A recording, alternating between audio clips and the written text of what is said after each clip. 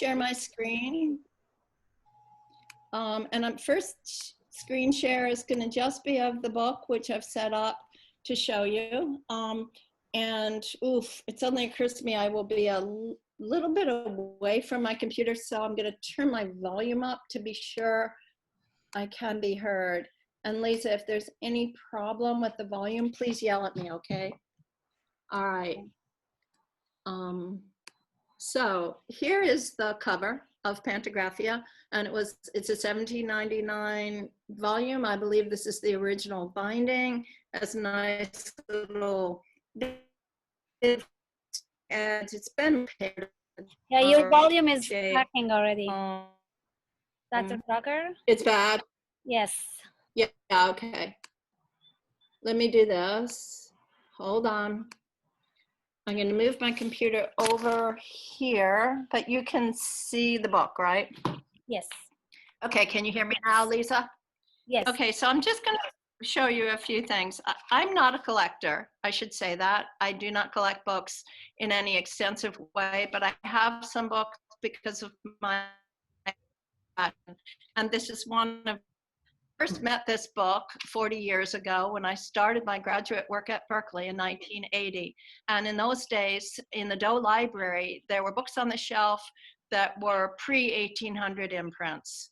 And you could walk into the library. I found a copy of Baron von Helmont's Alphabetiarii, you know, and took it home with me. You know, I mean, it's crazy. And this book, Pantographia, is one I found at the time. I hadn't yet focused on alphabet studies as my passion, but you know, we have this beautiful, you know, late 18th century title page, and I want to page through a little bit. I'm going to skip most of the preface because it's not very graphic. And a very interesting page in which Fry is establishing for you some of the correspondences. It's a metadata crosswalk, basically, between terminology that's antique and terminology that's current. So, for instance, for Belgic, Silo Dutch, for Brahmin, Nagari, for Britannia. So in other words, it's a cross-reference. I will come back to these pages. These are the pages of the authority, which I'll focus on in a few minutes. I have slides of them. Subscriber list is really long, which is also very interesting. But then we get to the guts of the book, and here again, quite significantly long book. We start here, but the basic format of the book is this. Specimens are on the left-hand side, and the description of the specimens and source material, again, I have slides of these, so I'll show you this in a minute, are always on the right. And the book goes through, we'll be talking about Armenian in just a moment, Ms. Lisa, and goes through specimen after specimen after specimen through this work. Egyptian, which is a form of Coptic. English is actually Old English text transcriptions rather than fonts. But most of what Fry is concerned with are fonts and font display. So Flemish, Franco-Gaelic, you know, Georgian, Greek. He has multiple Greek fonts. The number of Greek fonts he has goes well into the, you know, it's 26, 29, 35. His specimens of Greek are extensive, Hebrew as well, Malayan. In some cases, like with American Indian languages, Phoenician, this is a whole story we'll come back to, and philosophic, which is actually Bishop John Wilkins's font. But with Native American languages, he actually just has transcriptions that are, you know, phonetic transcriptions for Saxon, Anglo-Saxon. And so, you know, here we go all the way into Welsh, or Welch as he calls it, right? And an appendix. But we have 300 plus pages here of specimens of fonts. So, okay, divide it in half because it's only a left-hand page, 150 pages, but there's often, you know, there's either 2 or 3 specimens on each page. Fry cut all the punches for these specimens. He was a type designer and printer. He cut all of these. It took him about 10 years to do this. I know, it's truly amazing. Like, what was the economic motivation? What could possibly have justified this? All right. So, so that's just to give you a little peek at this amazing thing. So here I am. I'm a new graduate student. I walk into the library. Am I too loud now, Lisa? No. Should I turn it down? No, it's fine. Okay. Okay. So I walk into the library. I find this thing. I'm beginning to think about the alphabet as my object of study. I cannot believe what I'm looking at. I don't know what I'm looking at. I have no idea.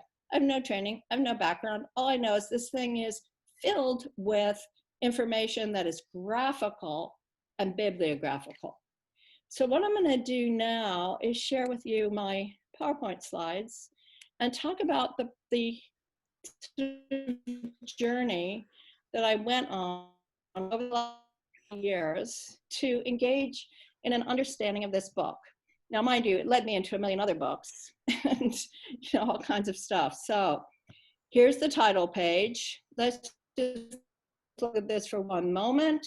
Pantographia, containing accurate copies of all the known alphabets in the world, together with an English explanation of the peculiar force or power of each letter, to which are added specimens of all well-authenticated oral languages, forming a comprehensive digest of phonology.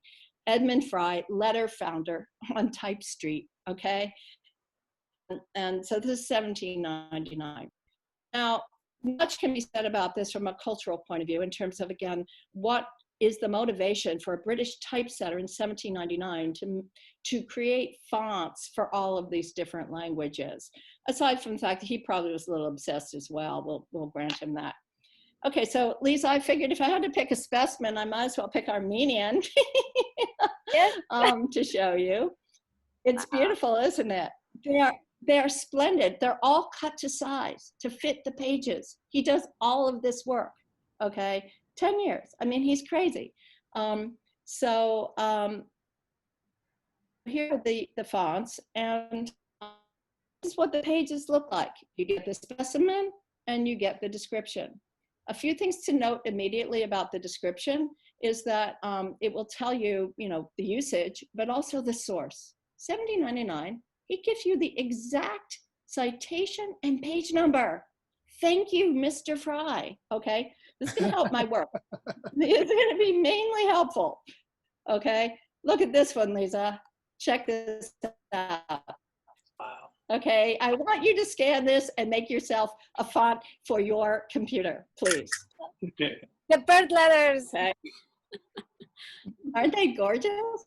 Oh, there's fish too. Okay, What's his source on that one? yeah. Can you go back? Well, okay, sure.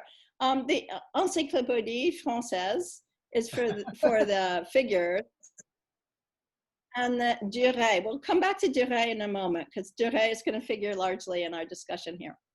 Okay, so I got interested in two things here. Two things obsessed me with Fry, and one was, here is the list of authorities quoted in this work. Thank you, Mr. Fry, again. So I started to think, okay, I want to get to know all of these authorities. I want to track down every single text that he is citing to understand what's the snapshot he's giving us of knowledge about scripts and fonts in 1799. So, I mean, he's so good. Like, here's Thomas Astle, one of the great figures of 18th century, diplomatics, right? The origin and progress of writing. I mean, these incredible figures, right? And, so 4 pages of authorities. So I set out to say, Johanna. okay, one of my tasks, yes, sir. I'm sorry. There was a title on the previous page that I found very fascinating. Unheard of curiosity. Which one? Or something? Oh, we're coming to the curiosities. Oh, okay. The Yeah, we unheard will. curiosities. Oh, yes, we will be in Mr. Gaffarel's world in just a moment. It's a good one. All righty. So I set out to track the bibliography, but I also got fascinated. So 2 lines of research here. One is the bibliography, and the other is this. This is a Chaldean font. We will talk about Chaldea in just a minute in case you've forgotten where Chaldea is. But check this out, okay? Called celestial, said to have been composed by the ancient astrologers from the figures of certain stars. Gaffarel, plate 1. Okay, so, you know, what is this thing? This is not a script that is in use. The Armenian scripts that we were just looking at, maybe the figurative one, not so much, but the Armenian scripts are what I call actual scripts. Scripts that are made use of in texts, books, print, and publication. But there are a whole set of scripts, and the Chaldeans are the ones that we're going to be focusing on in a minute, that are never used in a book. They're never printed because there are no texts in Chaldean, people. Okay, so, but they have these mythic origins. Where did they come from? How did Fry have graphical exemplars from which to make these, you know, you can find them, but others have to be in front of him. You're cutting. So look at that, Paul, unheard of curiosities. I'm afraid it's just the internet connection, dear. I'm not sure what to do. Would you repeat is that it bad? It just, you cut off in the last sentence. You said Chaldeans never printed, and then you got cut off. Oh yeah, there are no books in Chaldean that we have. And so, you know, whereas it's a question of which fonts in Fry's work are fonts whose transmission is only graphical through specimens is one question, whereas many of the fonts, most of the fonts that I would show you if we went through the Greek and the Cyrillic and the Latin and this, they all have texts. You know, he could have gotten those, he could have copied specimens out of textual references, but the Chaldeans have no textual sources. So it's a whole other problem. So I got fascinated by these, you know, graphical texts that had no other sources except graphical transmission. So one of them is this, he says he gets this Chaldean from James Gaffarel, you know, published in 1650. So I tracked this down, you know, the talismanic sculpture of the Persians and so forth. And here it is. This is James Gaffarel from 1637. And here we see the celestial alphabet. This has a long pedigree behind it. The celestial alphabet placed into the celestial sphere and in Gaffarel's woodcut. This is actually a woodcut with type attached to it. And here we see the alphabet below. And it turns out that in fact Gaffarel had borrowed his alphabet from the work of Guillaume Postel in 1538. And here we see them side by side. Now they're not exact replicas, okay? So Gaffarel's celestial and Postel's celestial are not exactly the same, but Postel is the first person, he's a Kabbalist, among other things, who actually inscribes this figure. So again, we're starting to see already a kind of graphical transmission of some of these scripts. We'll be talking more about these in a couple minutes. You'll notice the word caractère céleste, and the term caractère has a particular meaning within this bibliographical lineage. And the person who has worked extensively on this is a man named Gideon Bohak, B-O-H-A-K. So if you're interested in the caractère, his work is the work to look at, but we'll come back to that. And then here is the title page for the Postel, which is the earlier and first source in 1538, celestial alphabet. And the Postel is an amazing work, these 12 specimens and so forth. And 1538 is still quite early for the kind of work that Postel is doing in a compendium. Okay. So I went on pursuit of these authorities. That was one of the things that took me almost 40 years. I mean, I was doing some other stuff along the way, but, you know, was to find all of these authorities. And some of them are you know, quite findable and recognizable and not difficult. Claude de Gray, Le Trésor de l'Histoire des langues de cet univers. This is an amazing thing, okay? So I find, I actually have a facsimile of it. So I go in pursuit of Claude de Gray. Here it is. Here's the title page of Claude de Gray, right? So it's, you know, this is the second edition. This is actually 1619, the first edition 1613. Take a look at his list of languages in the universe. The universe, I mean, you know, he left out Klingon, folks. I mean, it was early days for research, but, you know, we've got this incredible list of things. So you go into Claude de Gray and you start looking, here's his list of terms. And it's quite extensive. We get Chaldean, we get Syriac, Egyptian, right? Arabic, Saracen, Jacobite, Kaphite, right? It's really amazing. This is what a page of de Gray looks like. There's 1,000 pages in de Gray's book, right? This is 1613, all handset type.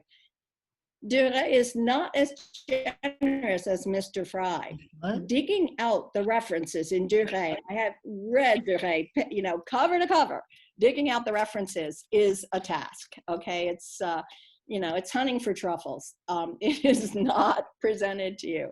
So look at this, Ecclesiastes chapter 37, Constantine on the chronology de Fontaine, okay. And so, you know, it's a different bibliographical moment, but de Gray is an amazing source, as you will see in a couple minutes. Other sources that he identifies that are major works, I mean, many things in here are major works. This wonderful thing by Edmund Chisel, an antiquarian from 1728. Here's Edmund Chisel's table in his 1728 publication of Antiquitates Asiaticae Christianum.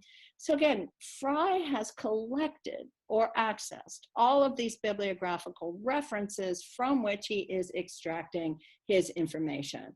And he tells you what his references are, so you can track them all. One thing to note here in the Chisel is these coins. These are ancient coins, and they have old Paleo-Hebrew, Hebrew-Phoenician inscriptions on them. This is worth noting because this is the period of antiquarianism where evidence is beginning to circulate in physical form, but always in the form of things that are divorced from their archaeological origins. They circulate as objects. There's a lot to be said about Chisel, but we don't have time for it. We're going to move on to some of the problematic items in Mr. Fry's bibliography. Okay, so, you know, we can find Chisel, we can find all these wonderful things. I dare you find these. I dare you. Go online. I'll give you each 10 minutes. Come back and tell me if you can find Dr. Bernard's tables from 1689 or Dr. Morton's tables from 1759. This is the entire bibliographical reference available to me. And then we'll get back to this other one in just a second, the Épreuve générale des caractères. This thing is amazing. So Dr. Bernard, you know, you start searching Bernard in an online catalog, even with a date, ain't happening, folks. It's just like you search and you search and you search. Okay, finally, you find Dr. Bernard's table. See this? This is the, erudite letters and the characters of Samaritan. And here's Edward Bernard, and here's on this table. This is an amazing table. And the fact that it is from 1689 is so mind-boggling that I could discourse on this item forever, but we won't go there. I just want to give you a little close-up of it to get a sense of the comprehensive obsessive work that someone like Dr. Bernard is doing in extracting from existing sources an understanding of, oh, sorry, I didn't mean to skip to Dr. Morton so quick.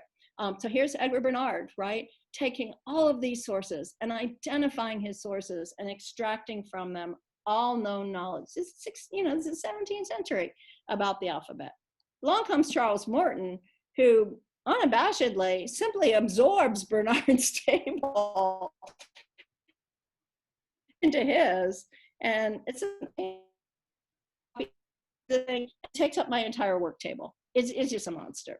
Well, mine's a copy. The original's smaller. But so here is Dr. Morton's table. Again, Fry has access to these things. He is using them to inform his work. So I find Dr. Bernard, I find Dr. Morton. This is a no small task in sort of, forensic terms. But then that leaves this thing. What is this thing? Here is the full entry. Épreuve générale des caractères, accent marks, clearly we're not Fry's strong point. Faculté de langue étrangère, de leur des chiffres. À la plume. À la plume. Okay? This is an extraordinary specimen of handwriting and imitation of every kind of printing and woodcuts. 651 pages of vellum. Specimens from 58 books. Independent of, all right, so this curious unique is in the author's possession. Fry owned this thing. So I want to track this monster down, right? And I track it through estate sales and the gentleman's magazine and so forth. And guess where it is, folks? In the British Library.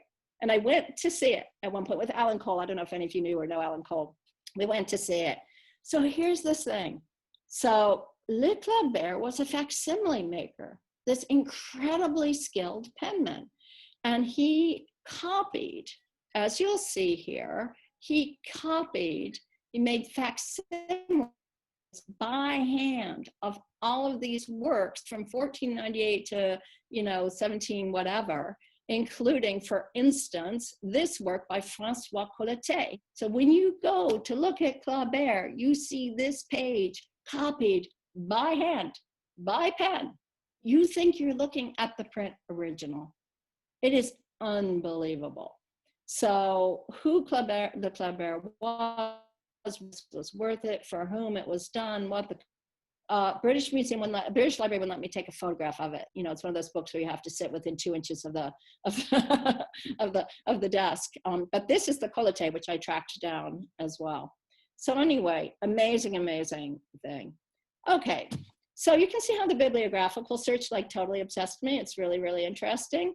So that's really cool, right? It's really great. It does all the sources. We have great sources at the Clark. We have great sources in our library and up at the Getty. So I have, and then a few things in the British Library and at Harvard and whatever, but I have seen all the sources. Okay, but let's go back to the graphical obsession now, and I'll sort of quickly run through that. Okay, back to Armenian here, just because had to nod to our excellent administrator. So this is an alphabet that is in use. This is a script that is in use. You can find texts in these fonts, right? Some might be antiquarian, some might, okay, but they are actual scripts. I'm sorry, folks, there are no scripts. There are no texts in these fonts. So we already were looking at the source for this, again, Gaffarel, plate 1. Where is Chaldean exactly? Remember that? There's a whole series of Chaldean fonts in Fry that are the ones that are transmitted only graphically as specimens. So you remember your Chaldean geography, no doubt, from last week's lesson. Here's Chaldea, between the Tigris and Euphrates rivers. And what's important here is that Chaldea is right next to Canaan, as we will see in just a moment. So Chaldea is the ancient kingdom from which Abraham came in the Bible. All right, and of course, this is the center of early, cultural evolution, not only in the West, I mean, it's the oldest area. So here's the Chaldean again, that was from Gaffarel, that we saw earlier, and, that's the source. And the other thing that's interesting here is that these things will be copied and passed on by Cornelius Agrippa, Claude de Gray. They will copy these exactly and pass them on. Graphical transmission of these scripts is their lineage and legacy. What is their origin? Where do they come from? By the time that Fry is copying them, obviously they already have several hundred years of print history behind them. They have a manuscript and archaic history behind them as well. Okay. So let's look at these Chaldeans, and then we'll sort of move towards a conclusion. So here's Agrippa's version, and here's de Gray's version. Here's, Chaldean number 1. Let's look at Chaldean number 2. Here is a beauty, all right? Theseus Ambrosius, whom I also tracked down, asserts that this character was brought from heaven by the angel Raphael. That's perfectly reasonable in my book, and communicated to Adam, who used it in composing the Psalms. Did Adam write Psalms? I missed that episode. After his expulsion from the terrestrial paradise. Some authors pretend that, Oh, okay. I think Alex is still here.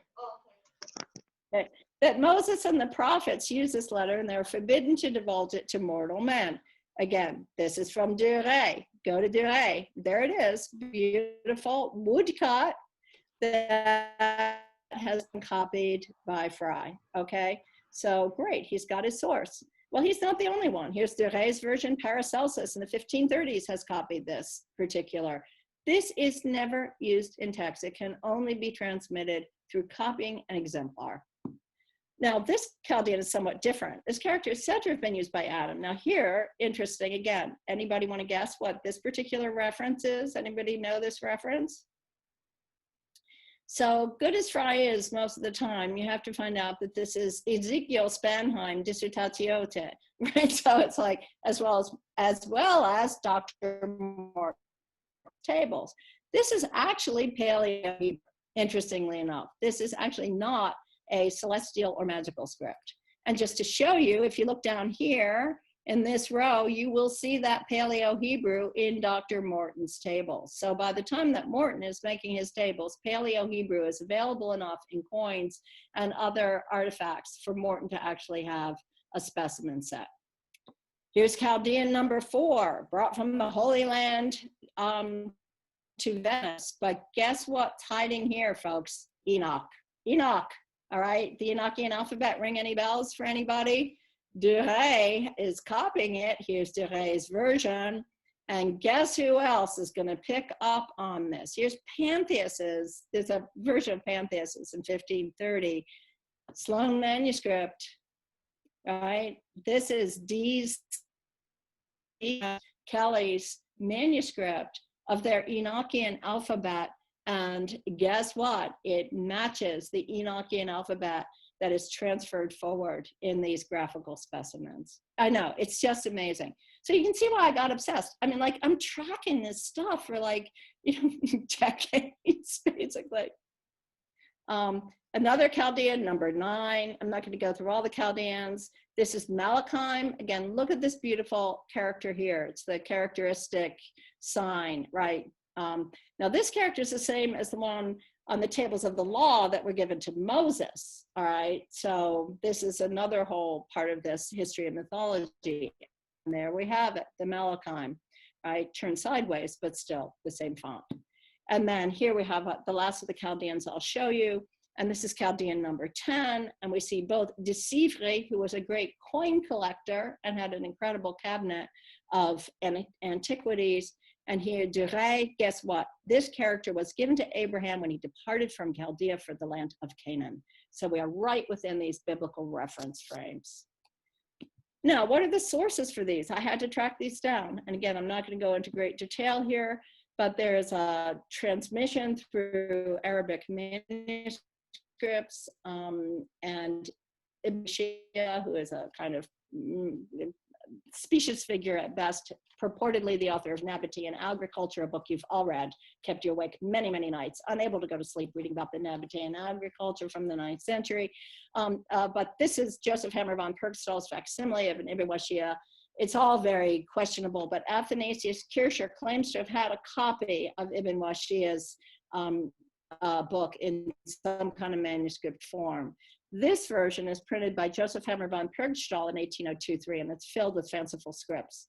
But the point here is that there is a long history. If you remember, I said to you the characteristics here, this alpha, this aleph.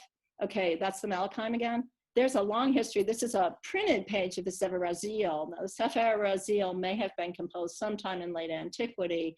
The oldest manuscript we have is from the 13th century.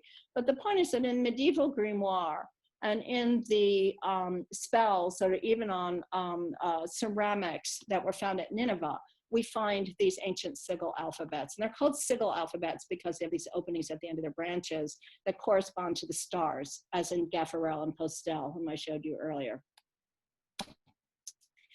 Okay, I could keep going for a long time, but I'm not going to. I'm going to wrap up here with a couple of things. Number one, what didn't Fry have in his compendium? Because it is so extensive and exhaustive. He does not have any Slavonic or Glagolitic. Why? I don't know. It's a really interesting question. You know, here again, it's in use. It's a font that would have been, it's a script that would have been turned into fonts, right? There's an actual use value to this. So by the time we're talking about Fry, there are fonts.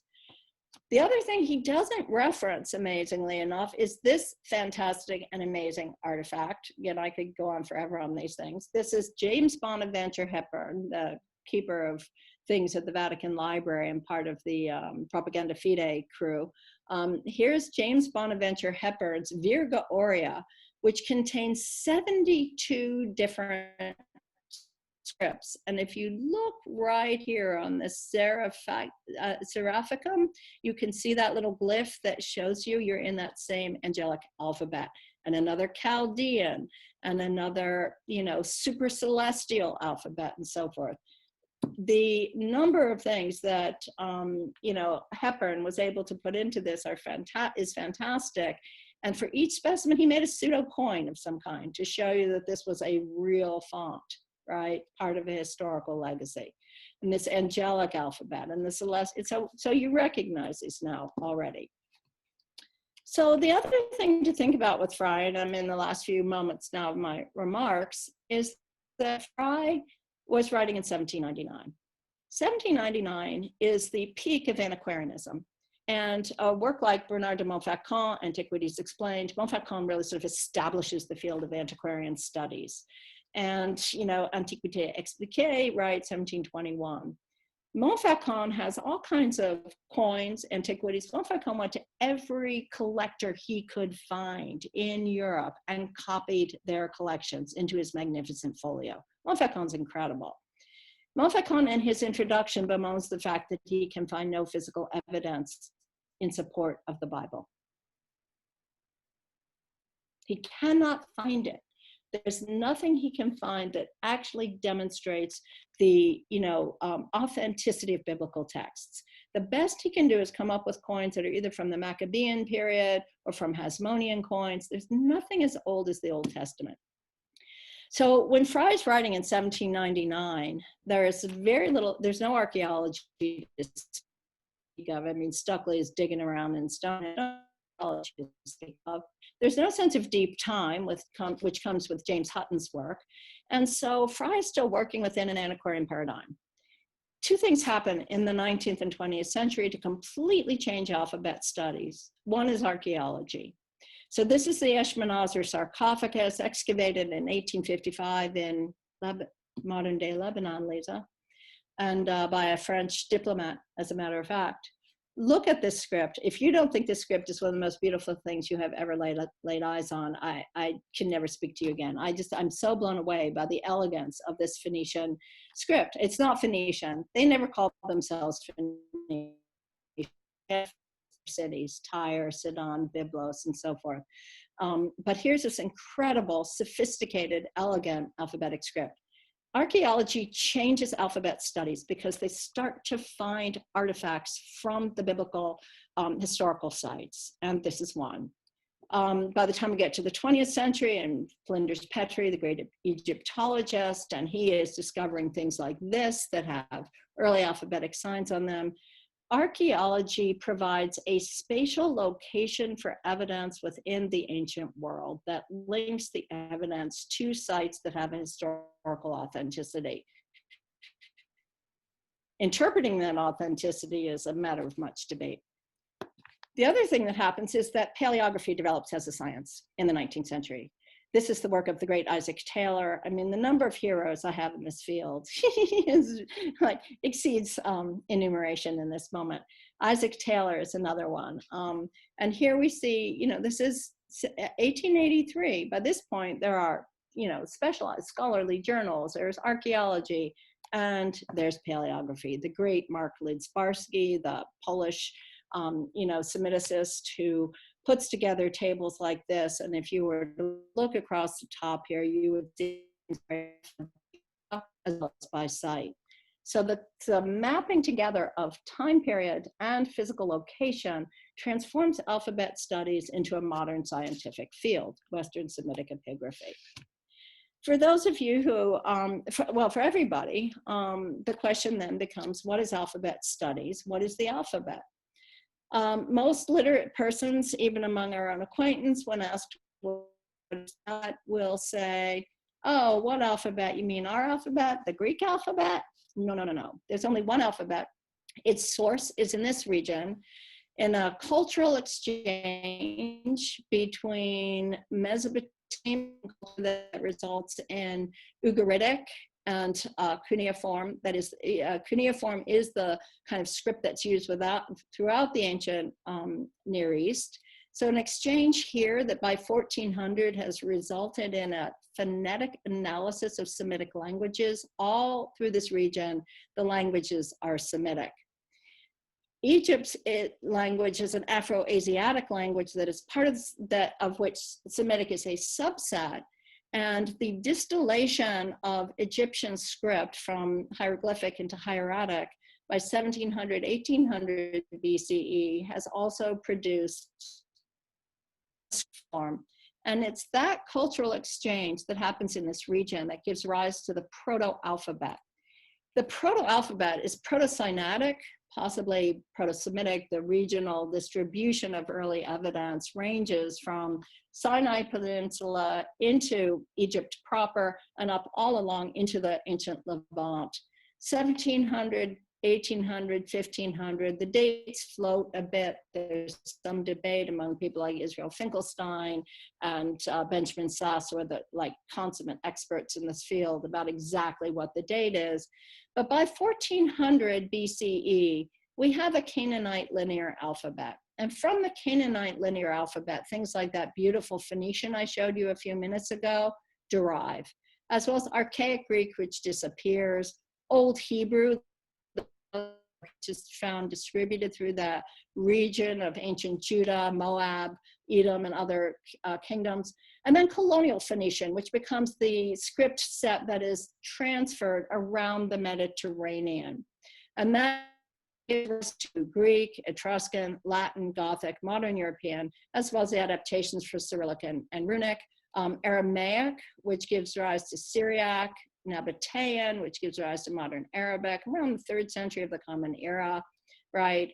Jewish, which becomes modern Hebrew, because ancient Hebrew, Paleo-Hebrew goes away, Armenian, Georgian, and all of the Indian scripts of the Southeast Asian continent, right? And South Arabic, Ethiopic, Amharic, and the North African scripts.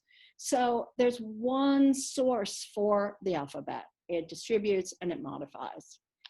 The other development that happens, and I'm within one slide of finishing here, is that up until this moment, Martin Bernal, all of the discussion of the alphabet takes the alphabet as an object unproblematically. The alphabet is the object of study, whether it's Taylor or Petrie or Fry, Astle, they're looking at the alphabet. And there is only one source. What I just showed you is true. But Bernal comes along, Martin Bernal, who wrote Black Athena, the Afro-Asiatic roots of classical civilization, and got totally slammed for it. He died rather young. And he also wrote this book called Cadmean Letters, the transmission of the alphabet to the Aegean and further west. Bernal is the first person to write a self-reflexive text on the alphabet that asks, how do we understand the alphabet?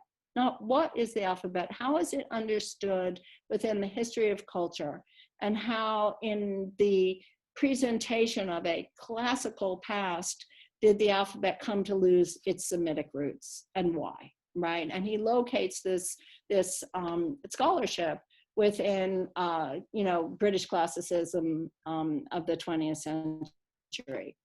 So where does all this, and this is my last slide, I've worked on this for 40 years. I seriously have worked on the alphabet for 40 years. It is my great grand passion. And I have now finished a manuscript called Inventing the Alphabet, which is the summary of all of this research.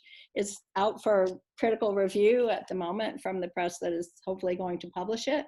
And it is the history. This book is a meta-history, a historiography of who knew what when about the alphabet and how the way they knew it constructed their understanding.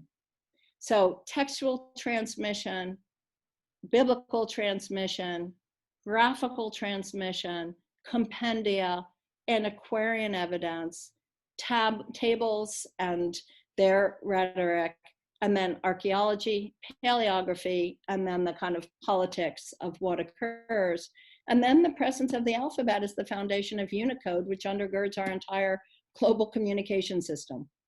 This set of signs invented by these nomadic people, 4,000 years ago, undergirds our entire global communication system. It gives me chills. It's truly amazing. So that's that.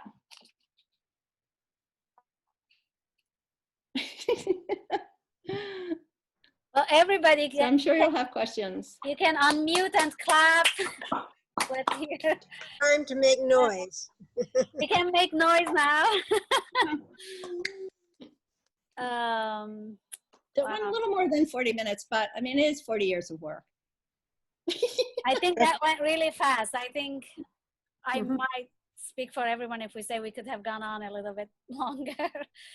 Yes, Like you're yes. for 40 years. It's very biblical. 40 years I've been wandering in this desert. Well, I'm looking forward to your book, Johanna.